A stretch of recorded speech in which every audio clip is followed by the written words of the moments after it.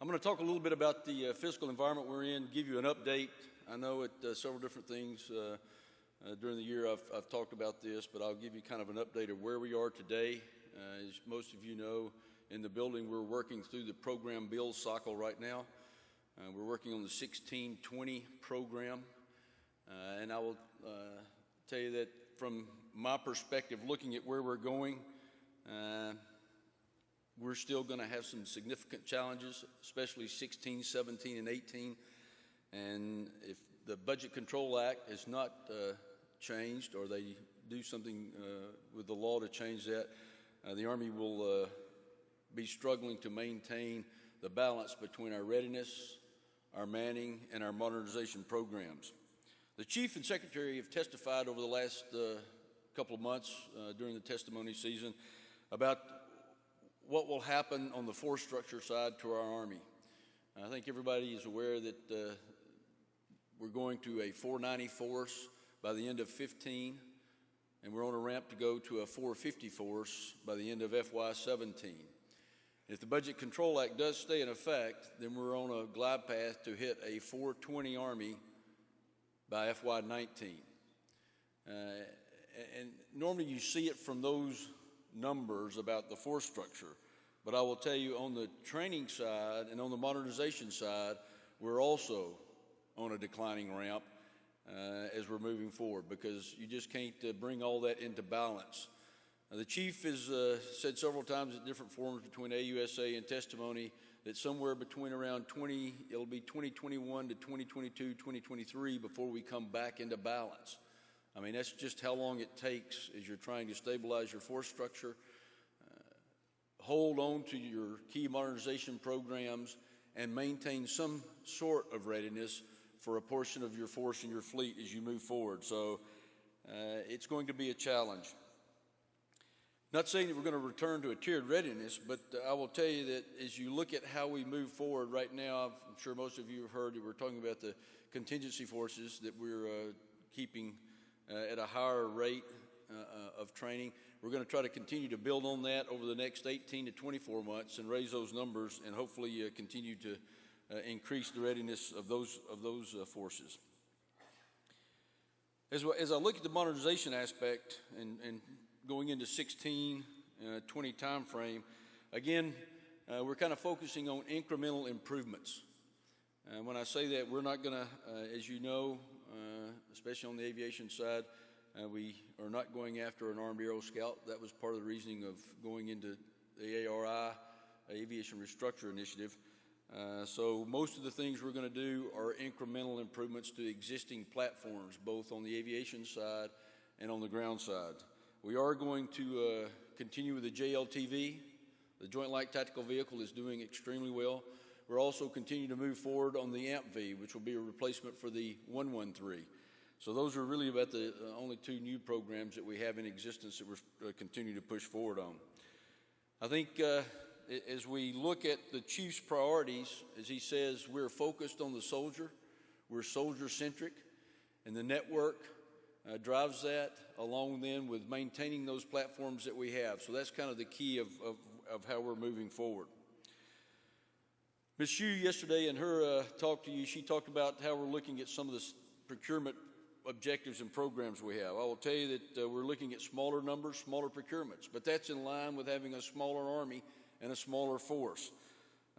But the key to that is also, is for our industry partners that are here, is we're also concerned about ensuring that we maintain our industrial base and then we don't back away from all the gains that we've made over the last 10 to 12 years of war.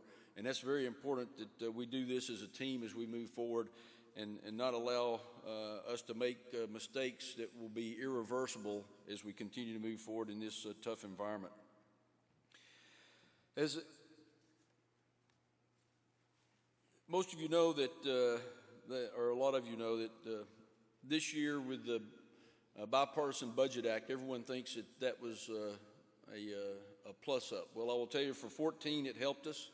It kind of brought us back to a baseline. 15, we kind of stayed even and steady, so we didn't really see much progress. And so from my perspective, we just didn't gain with that budget act. As a matter of fact, the dollars go down if you look at a straight line graph. If I was to show it, normally I pitch a big graph, but I decided not to put graphs up here and just have everybody look at numbers because it can get depressing if you're looking out in the 16-20 time frame. But clearly we see that we've got to be leaner, we're going to have to be tailored, and we're going to have scalable forces and equipment. And so part of that is we're looking at the modernization plan coming out this in the next month, is looking at divesting ourselves of a lot of our older systems. We're getting rid of some of those niche capabilities. You can imagine that over the last 10 to 12 years, what we have acquired across the Army in different categories with different capabilities. And a lot of those are small things, and it ranges from individual soldier capabilities all the way to unit capabilities, but they're not key and they're not part of those things that we're going to hang on to in the future. So we're taking a hard look at all those niche capabilities we have and determining which ones are viable, which ones we can afford, and then divesting ourselves of those that we cannot afford.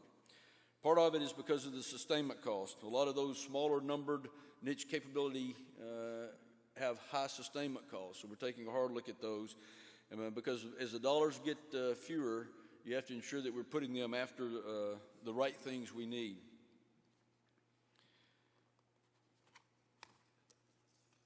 On the long-term impacts, as I've said before, the ACN strength will determine our readiness, or the funding levels for the readiness and modernization. I talked about the ramp going from a 490, 450, and possibly a 420. Balancing that force structure is going to determine how much we can spend on our modernization and on our readiness in the future. And tied to that is some folks are saying that it has the appearance of us returning to a tiered readiness across the Army, but I will tell you that it's not truly a tiered readiness. It is a level of gauging across all compos, all three, Compo 1, Compo 2, Compo 3, how we can manage and ensure that we have the right combat forces, the right combat support forces, and combat service support forces. So that's why it's critical, all three compos, as we move forward. The chief has been very vocal in his testimony, saying that if we go to a 450, we have significant risk in meeting one major combat operation. If we go below a 450 force, the risk is very high, and the ability to meet any operations of complex type scenarios would be difficult for us at a 420 force. As we're working the 1620 budget moving forward, that's kind of been the key to ensure that we can keep, whether it's a 450 or 420, keep the right components, right capabilities, and do the things that we need to do to ensure that we're investing the precious dollars that we have. Part of that is divesting some of these legacy systems. You heard the Vice when he talked yesterday about ARI. As you all know, we're moving forward with the Aviation Restructure Initiative. That is the major event that's happening over the next 5 years. Mike Lundy is doing a great job at Rucker, and he's going to kind of be wearing that hat for the next 2 years as we try to move through this and move all three of our components to the right level of where we need to be at. With that being said, we're divesting the OH-58 A's and C's. The OH-58 Delta is being divested. We're also going to divest the TH-67 training helicopter. All total, about 798 airframes coming out of the Army across all three. Part of that is also replacing the 67 with the UH-72 Lakota. Will be the new light utility training, fill that role for light utility training as a common dual engine trainer. We're also moving all of the AH-64 Echoes out of the National Guard into the active component. With that being said, we're also backfilling some of those, 111 of those, with UH-60s as we restructure the active component. Right now we're coming down on plan on the 450 guideline to a 10 active duty combat aviation brigade force structure with 11 brigades worth of equipment, with doing some rotational battalions through Korea and other spots around the world as we do that. So that's kind of the force structure from the aviation perspective that we're going to be at. We had to do this in order to be able by 2020, 2021 to kind of get us back into balance between readiness, modernization, and the force structure aspect of it. As you all know, being related to the aviation community, we do spend a lot of the Army's top line. We're the largest portfolio when it comes to dollars invested in it. And so ARI was part of the aviation force being part of the solution for our Army as we move forward. It's a necessity so we can achieve the balance and also maintain the capability that's critical to the ground soldier and the warfighter. I mean, that's one of the reasons we did that. And it's important as we move forward that we continue to have dialogue with industry as we're restructuring our branch.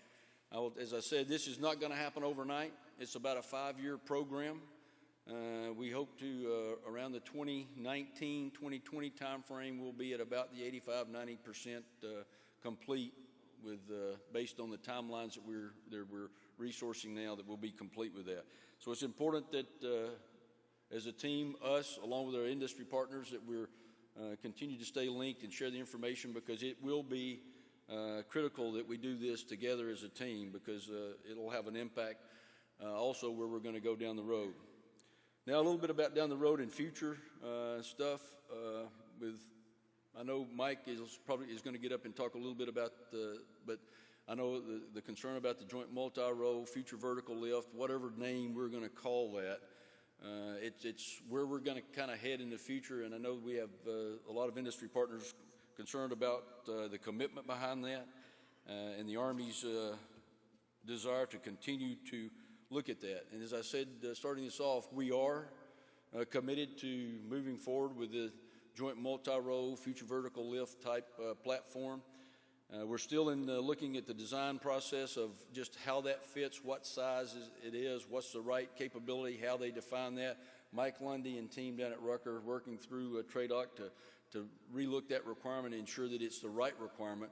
Is going to be critical over the next 12 to 14 months to make sure that we design that requirement and write that requirement right to move forward. And from my perspective, I think it's going to be somewhere probably in the mid-30s to late 30s as we move forward. I don't think that timeline has changed. I know we kind of played around with the 2030 mark on the wall, but I think we've always kind of been honest with ourselves, somewhere between about the 2035 to the 2040 time frame on looking at that next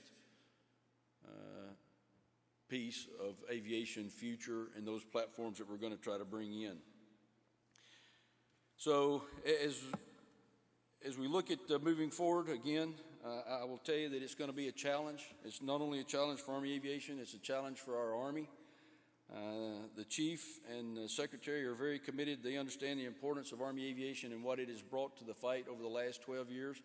You heard Jim McConville. I mean, it's key and critical, but it's also expensive, and we've just got to ensure that as we move forward with ARI, that we're all putting our arms around this and that it's one team as we move forward, and that's the only way we're going to be able to accomplish based on the dollars that we have and the money and the funding stream, because it's not going to increase.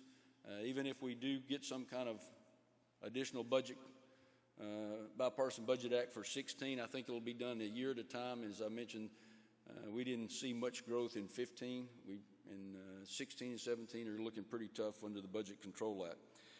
So from the buildings perspective, I will tell you that I know a lot of times people say I'm the gloom and doom guy. I come in and talk about how hard it's going to be and the fact that we don't have dollars and that we're going to have a rough few years. But I will tell you that all in all, I think we're faring fairly well as a branch. We're continuing, because of the importance of our branch and what we bring to the fight, we continue to get the support of our senior leaders, Congress, and also industry. So that is, from Barclay's perspective, I think it's not a glass half empty, but it's more of a glass half full. And it's just part of us moving forward as a team and ensuring that we complete some of the initiatives and actions that we're taking and don't fall into the trap of the woe is me and the fact that a lot of folks will try to say that we're broke or that we're breaking it.